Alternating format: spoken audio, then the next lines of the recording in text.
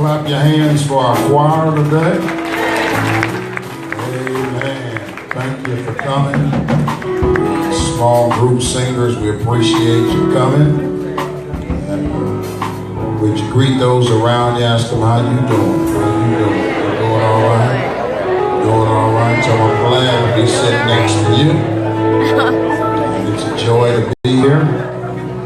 We thank God for this opportunity to come and to share. And congratulations on your new building. Amen, amen. We certainly are grateful for the pastor that brings us all together, the visionary leader of the Joyful Praise International Church.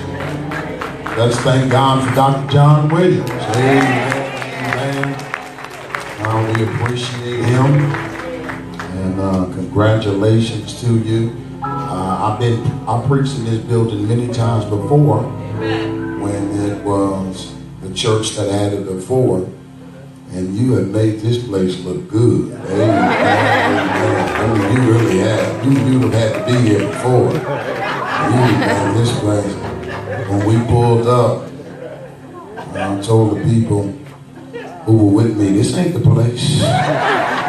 I've been here many times before, but you have really made this place look good. And I think he's coming next Sunday. And Pastor May is coming next Sunday.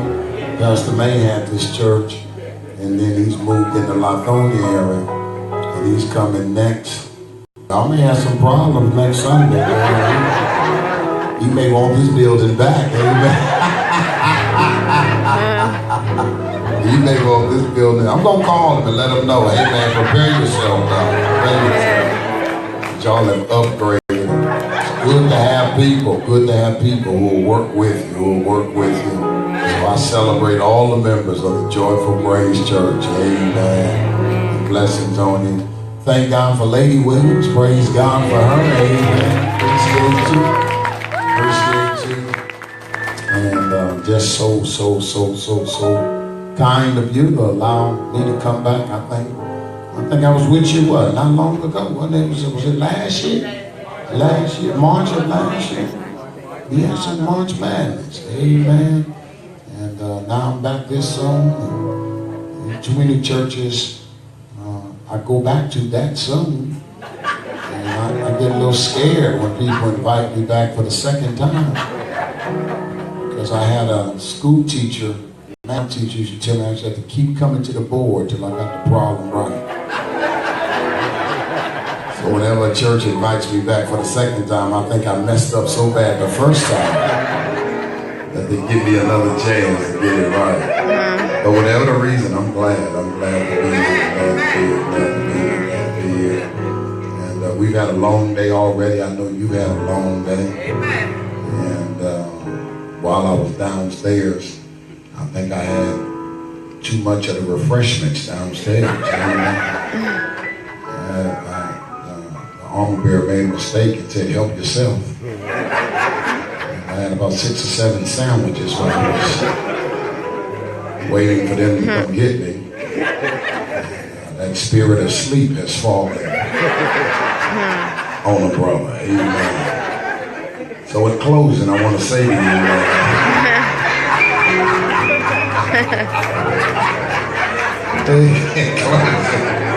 I left 4 more down there, and I told them I'll be back shortly.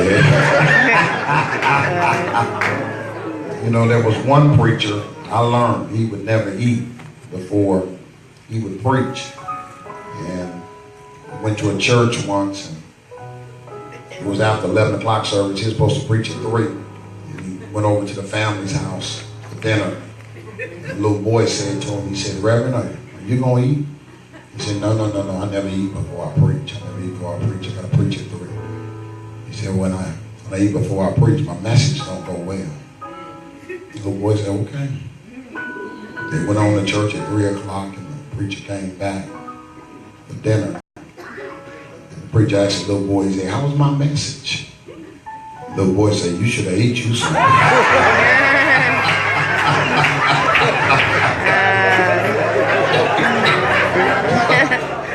So when I heard that story, I found out ain't no guarantee whether you eat or not, your message gonna go well. So I'd rather eat, be full, just not even go through all that. Amen. Good to see my wife today, amen. My wife is with me, amen. Praise God for her. See some members from Berean here today. Appreciate you so much. Grab your Bibles, turn to Mark chapter number 10. Mark chapter number 10. I'm trying to see if I can find a passage that got turkey and ham sandwiches.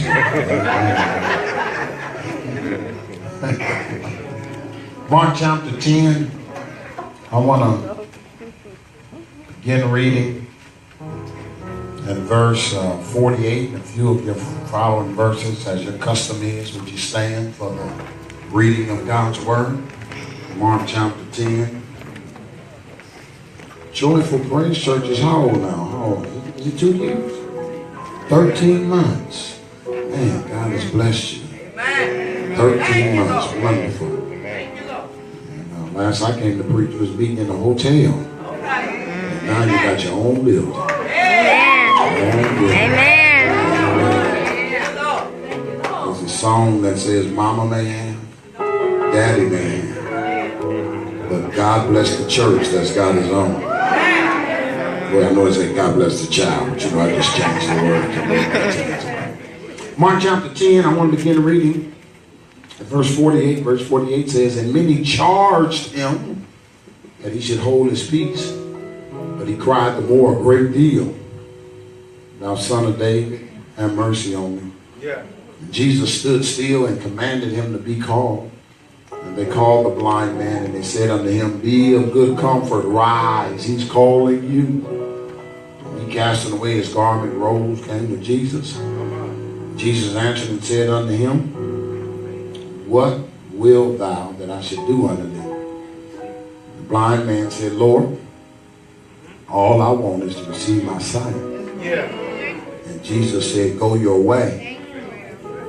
Your faith has made you whole. And immediately he received his sight, and he followed Jesus in the way. Verse 52 again says, and Jesus said unto him, go thy way, thy faith has made thee whole. For a few minutes today, I want to preach from this subject, the type of faith every child of God needs. You may take your seats. The type of faith every child of God needs. The verses that were read in your hearing record an encounter that took place between Jesus and a man by the name of Bartimaeus. I encourage you during your time of study, your time of devotion, your moments of intimacy with God, I strongly suggest that you read this story in its entirety. We read verses 48 through 52. However, if you're going to get the true context of the text, you must begin your reading at verse 46 and conclude at the end of verse number 52. And as you go through it, you will discover a lot of information about both Jesus and Bartimaeus. Mark tells this story in Mark chapter 10, but Mark is not the only writer to tell this story. Matthew tells this story, and Luke also tells this story.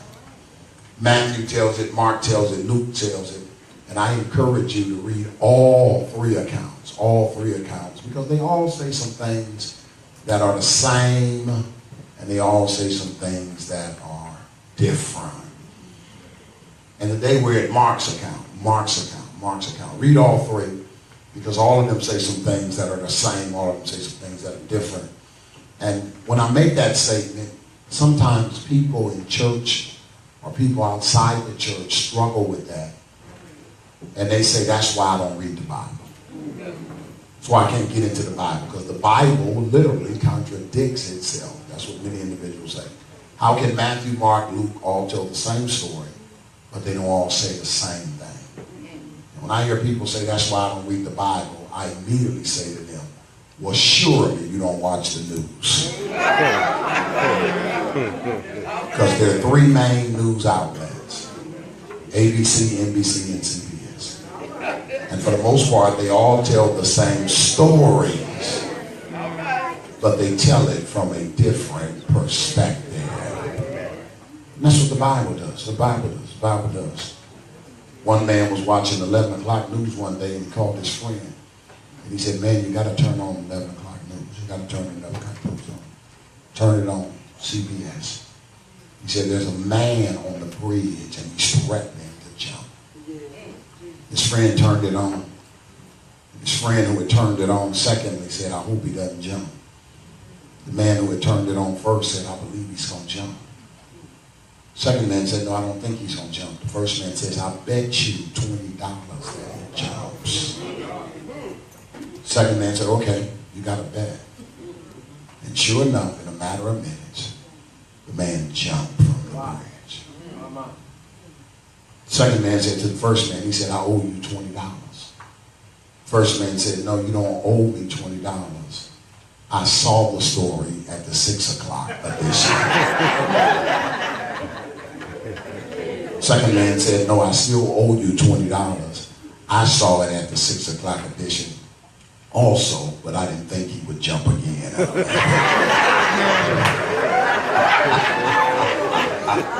Wow. Some people just don't get it. Mark chapter 10, verses 46 through 52. I want to give you some things to look for about Bartimaeus when we read. When you go through these verses, here's what you will discover. You will discover the actions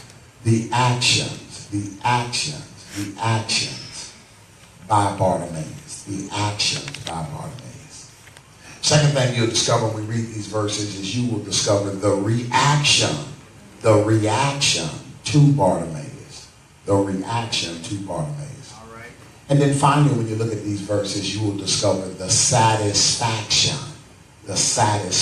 for Bartimaeus.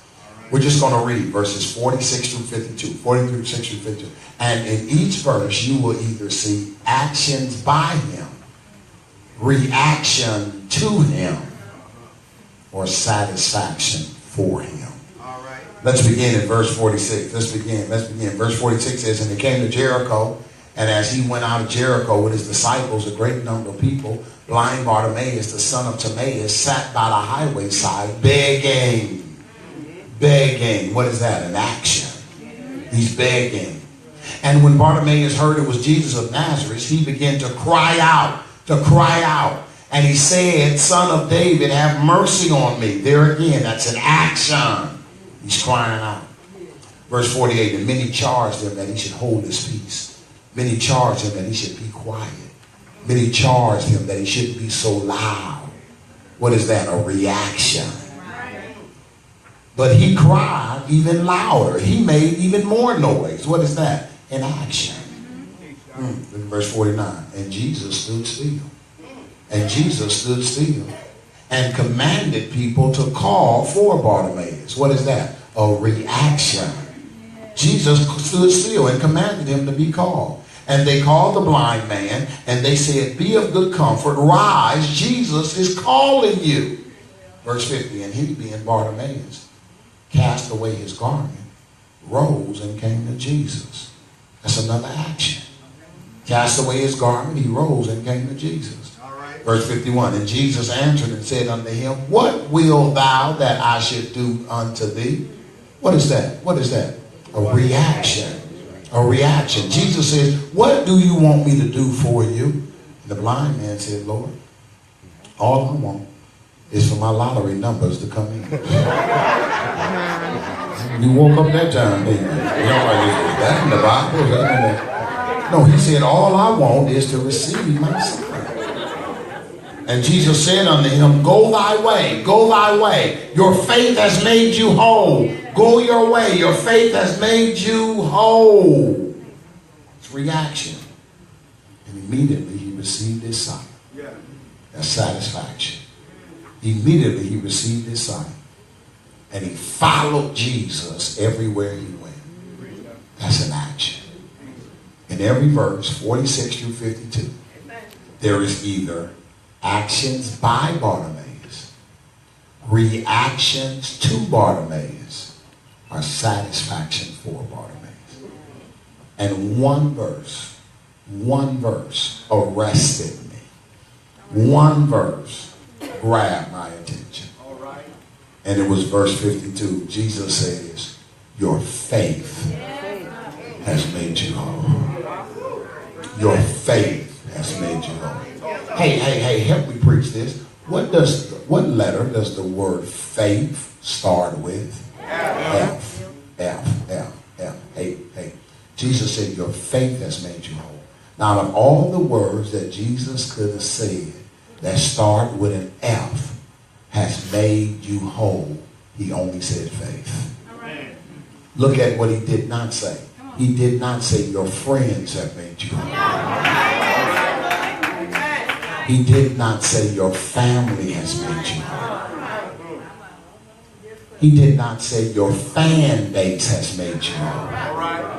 He did not say your finances have made you whole. He did not say your fashions have made you whole.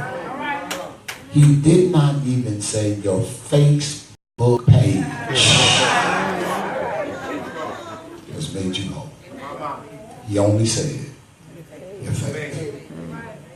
Which suggests you ought to have more faith than friends.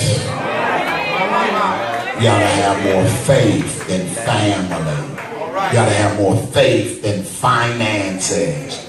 You ought to be more concerned about your faith than your fashions. Your faith has made you whole. So the question becomes tonight, and I'm soon done. I'm really waiting on you. The question becomes tonight, if it was his faith that made him whole, what kind of faith did he have?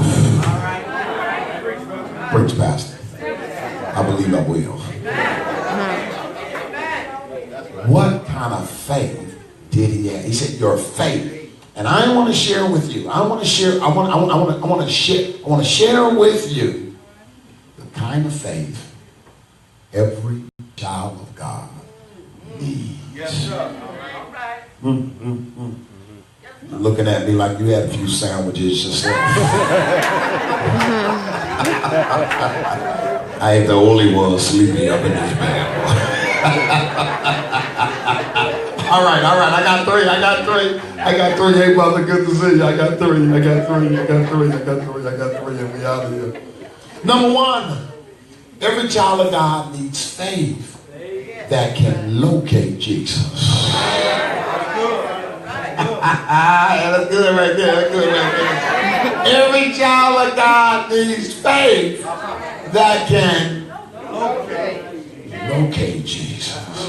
Let me show you so you won't think I'm making this up. Verse 46 says, and they came to Jericho, and as he went out of Jericho with his disciples, a great number of people, blind Bartimaeus, the son of Timaeus, sat by the highway side begging. Look at verse 47. Here it is right here. And when he heard it was Jesus. Do you see locate there? He heard it was Jesus. He heard it was Jesus. Now, his eyes weren't working. But his ears were. And why should God fix what doesn't work and you don't use what does work? He heard. By faith, he heard Jesus is coming to town. And look what he started doing. He started hollering. Jesus, son of David, have mercy on me.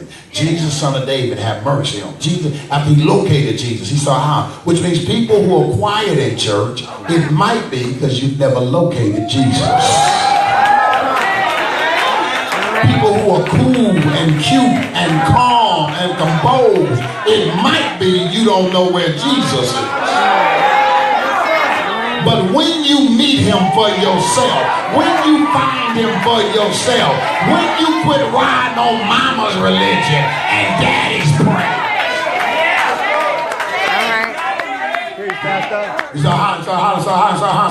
And look at verse 48. Look at verse 48. And many charged them.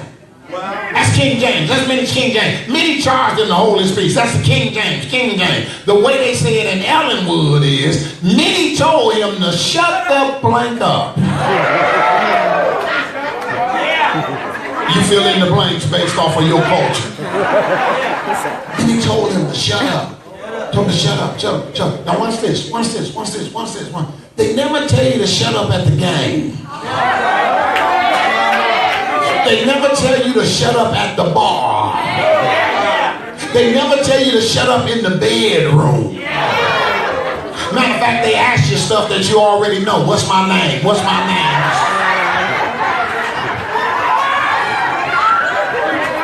Come on, they know you know their name. Y'all fanning now, like, woo.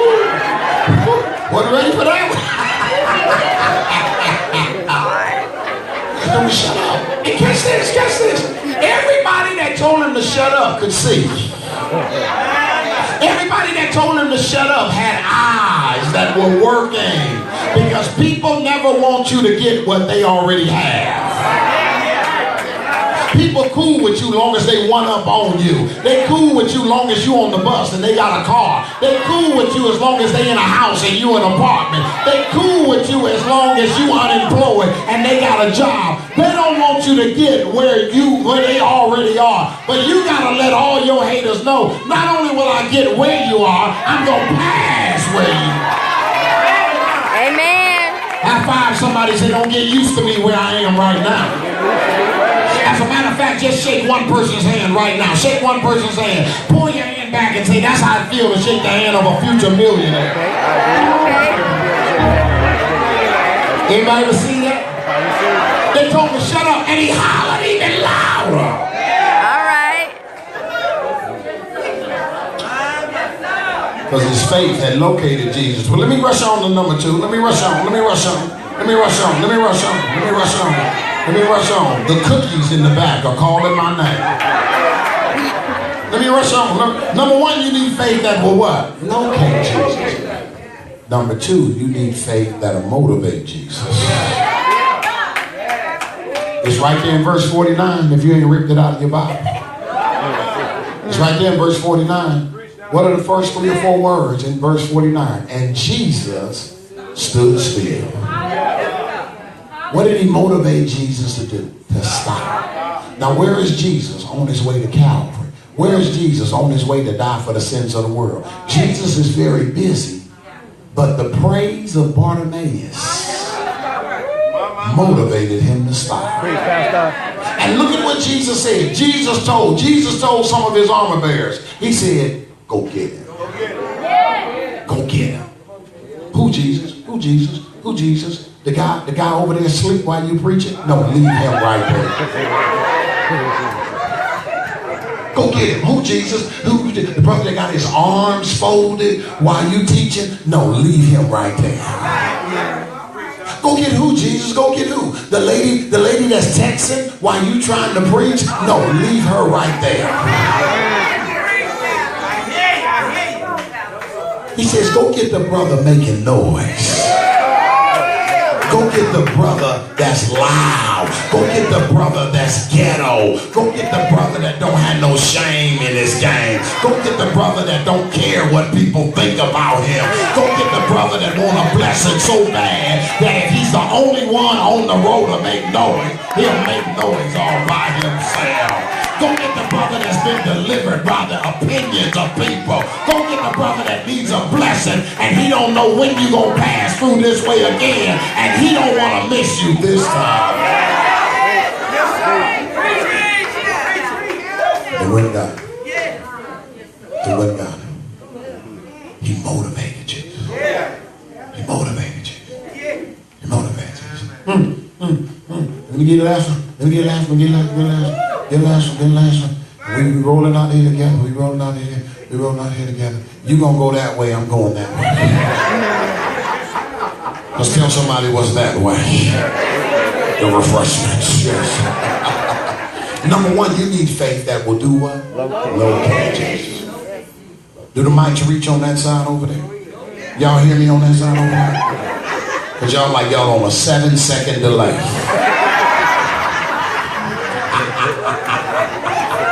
I said you need faith that, and these two sides said locate, and 7 seconds later y'all said locate. All right, I'm just checking. Number one, you need faith that will what? Locate Jesus. Number two, you need faith that'll do what? Ah, there we go. Here's the last one. Here's the last one. I bid you farewell.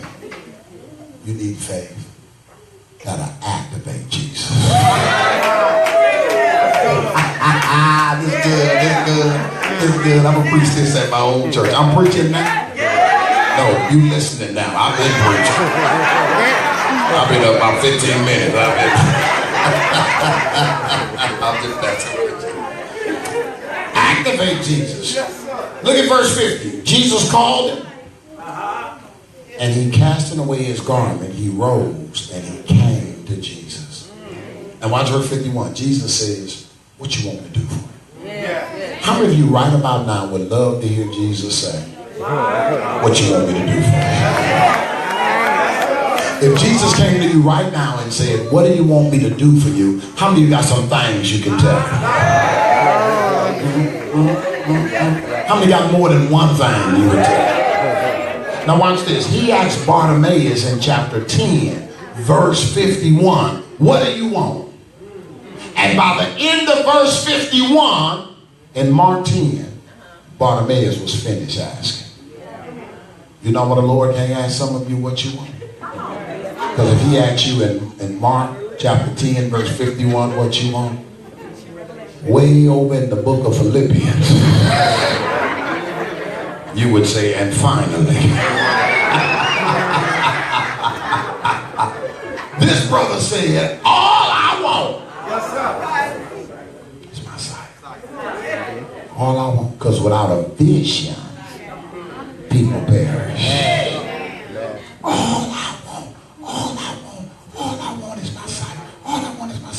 And Jesus said this, don't miss it. Go your way. Your faith. My God. Go your way, your faith. Hey. What verse did Jesus lay hands on? He did. What verse did Jesus put oil on him, grease him down, and push him? He did. He said, your faith has activated. Now let me show you faith and we can go. Now I told you need to read this in every book. Read it in Matthew. Matthew talks about it in chapter 20. Mark talks about it in chapter 10. Luke talks about it in one of his chapters. Come on, Matthew talks about it in chapter 20. Luke talks about it. Mark talks about it in chapter 10. I think Luke deals with it in chapter 18. If it's not, he deals with it in one of the 24 chapters that he talks about. But I like Mark's account, and I like Mark's account because of verse number 50. Verse 50 said, and casting away his garment, he got up and came to Jesus. And casting away his garment, he got up and came to Jesus. Now here's where he activated Jesus. In those days, you had clothes based off of your condition. So if you were a leper, you wore a certain kind of outfit so everybody would know you were a leper. If you were blind, you had a certain type of outfit on to let everybody know you were blind.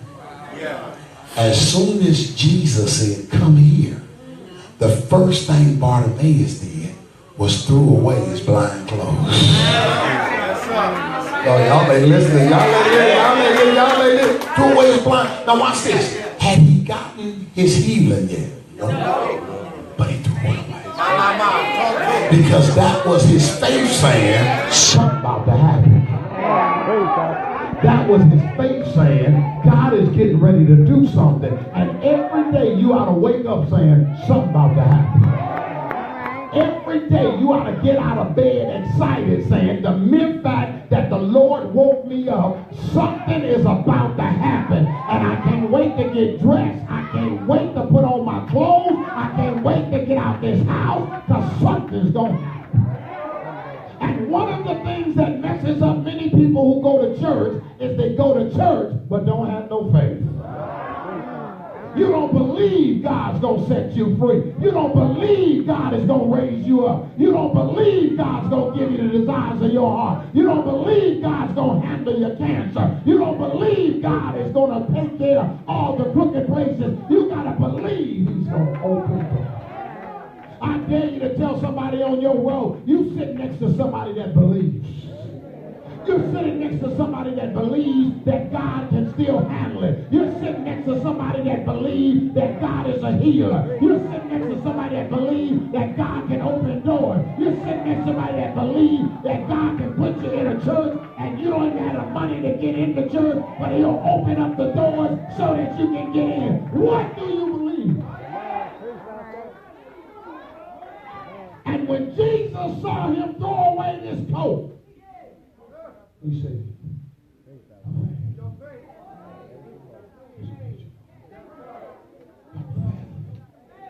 your faith has, that's why you got to read your Bible every day, because faith comes by hearing and hearing the Word of God.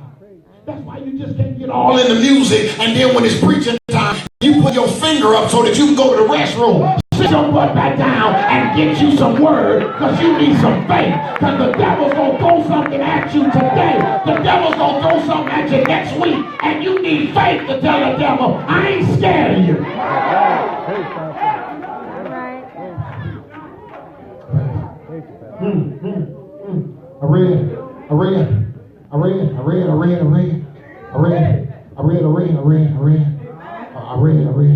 I read of this attorney who was defending this guy who had killed somebody.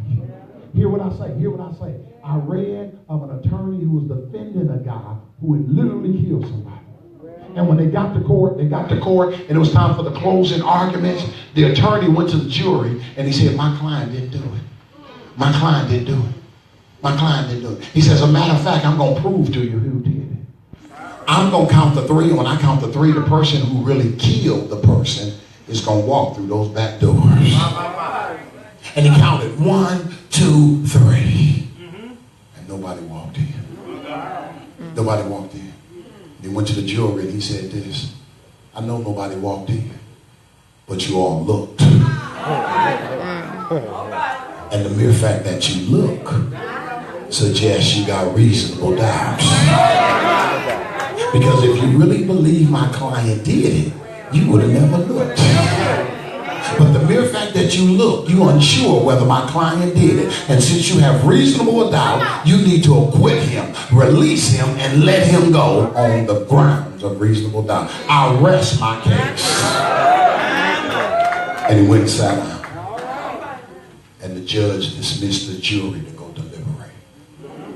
The jury came back in 15 minutes. 15 minutes. The foreman stood and said, we find him guilty of first-degree murder. The lawyer got up and said, hey, how could you find him guilty of murder that fast when you just looked at the door and you have reasonable doubt?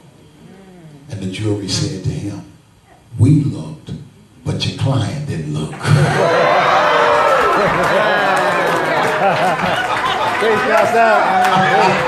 Well, y'all slow after 3. We said your client didn't look. And the reason why your client didn't look, because your client knew wasn't nobody coming through that door. So although we had reasonable doubt, your client did. So we find him guilty. And you know what the attorney did? He sat down and said, I rest my case. How many times has God wanted to deliver you? Yes. But your faith wasn't there. How many times did God want to set you free? Did God want to work it out? Did God want to open the door? But he couldn't do it because your faith wasn't there. And if you believe God's going to do it, you got to act like he's going to do it. Amen. So let me ask you this before I take my seat. Anybody here believe in God by this year next time to do some amazing things? Let me see that. Let me see that. Let me see that. Let me see that. If you're next to somebody whose hand is up, say this to them. Expect it. Expect it. Expect it. See, whatever you think God is going to do, expect it. Whatever you want God to do, expect it. If God is going to open the door, expect it. If God is going to grow this church, expect it. If God is going to increase the money, expect it. If God is going to get rid of Boogaloo and give you Boaz, expect it. All right. Expect it. Yes, sir. Yes, sir. Here it is. Here it is. Here it is. Let the church say expect it. Expect it. 4th grade spelling test. 4th grade spelling test. Teacher has issued out all the words. There's one bonus word. If you get the bonus word correct, it accounts for 50% of your grade. She's given out the 10 words. There's one bonus word. She said the bonus word for this week is expectancy. Expectancy. Spell expectancy. And one boy who was unsure how to spell it, he says, what is the definition of the word? She gives the definition. He says, what is the origin of the word? Because see, when you don't know, you just ask a bunch of questions. She said, sound it out, sound it out. I'm not giving you no more clues, sound it out. Everybody turns in their paper. And everybody spells it right but him. Everybody else spelled it. E-X-P-E-C-T-A-N-C-Y. Expectancy.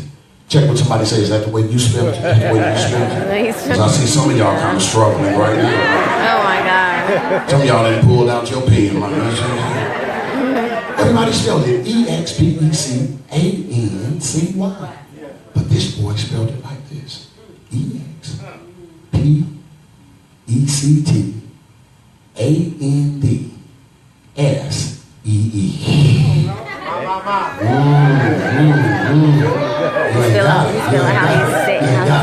E-X-P-E-C-T-A-N-D-S-E-E.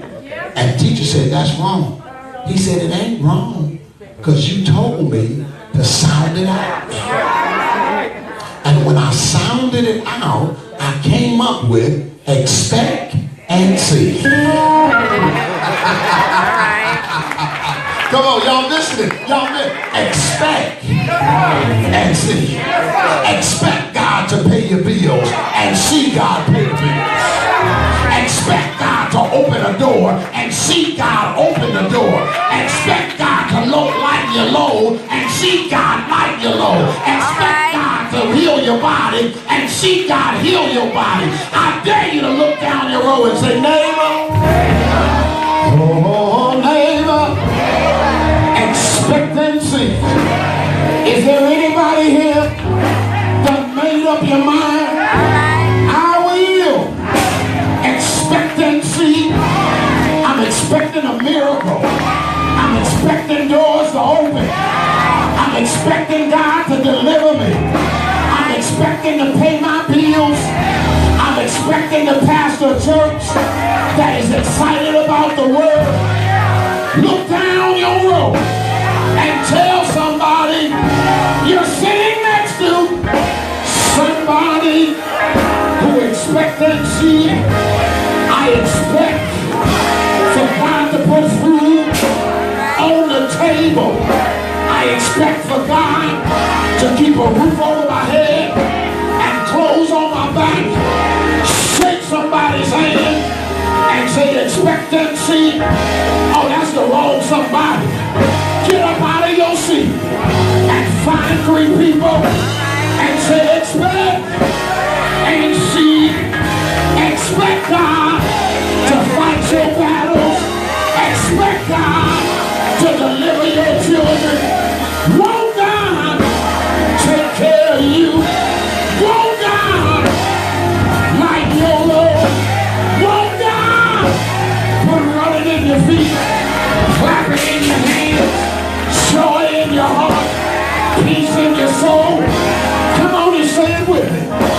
Expectancy, expectancy, expectancy, expectancy, expectancy, expectancy. Oh, y'all ain't talking. Expectancy. Expect when you go to the grocery store that somebody is going to pay your bill. Expectancy when you go close on the house that they knock off $50,000. Expectancy when you go get the car, somebody has already paid for the car. Expectancy when you go to the doctor, that the doctor says, last month I saw cancer, but this week I see healing. Expectancy, blood pressure's going down. Expectancy, your salary's going up. Expectancy, grown children are moving out the house. Say it, say it. No, he's all right.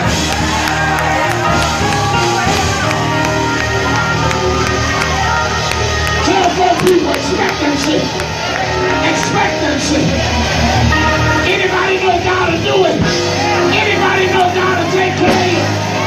Be not dismayed, whatever betide. God will, God will, God will, He will take care of you. Won't He do it? Won't He do it? Say yeah, say yeah.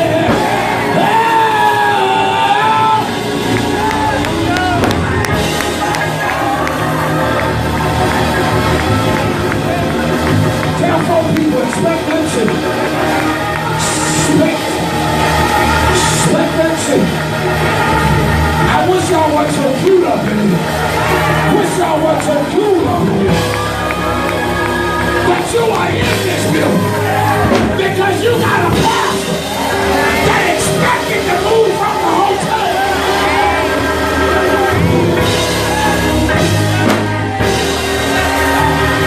Just look at one person and say, no, he's all right.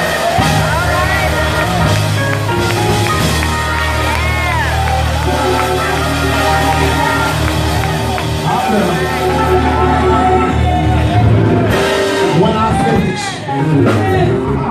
I expect 4 turkey sandwiches.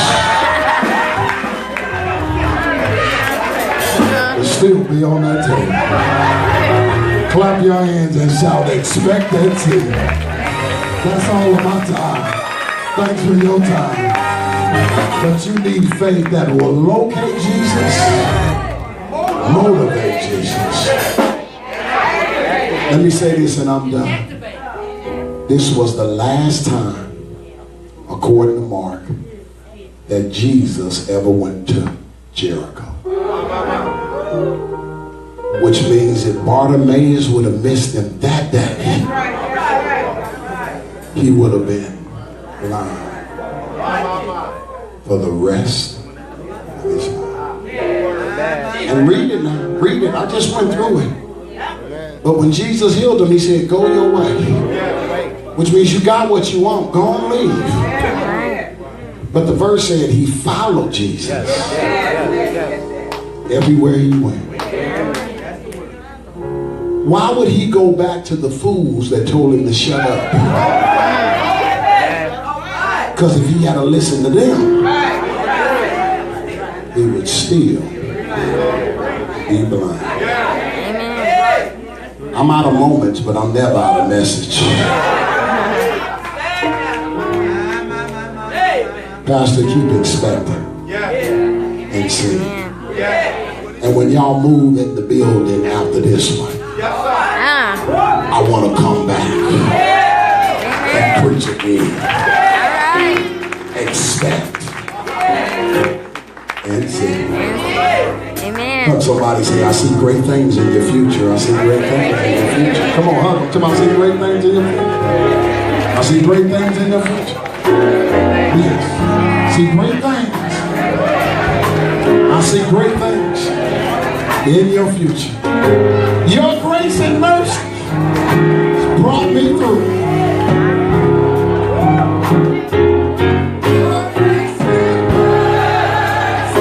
Let us all stand, let us all stand. It was His grace and mercy.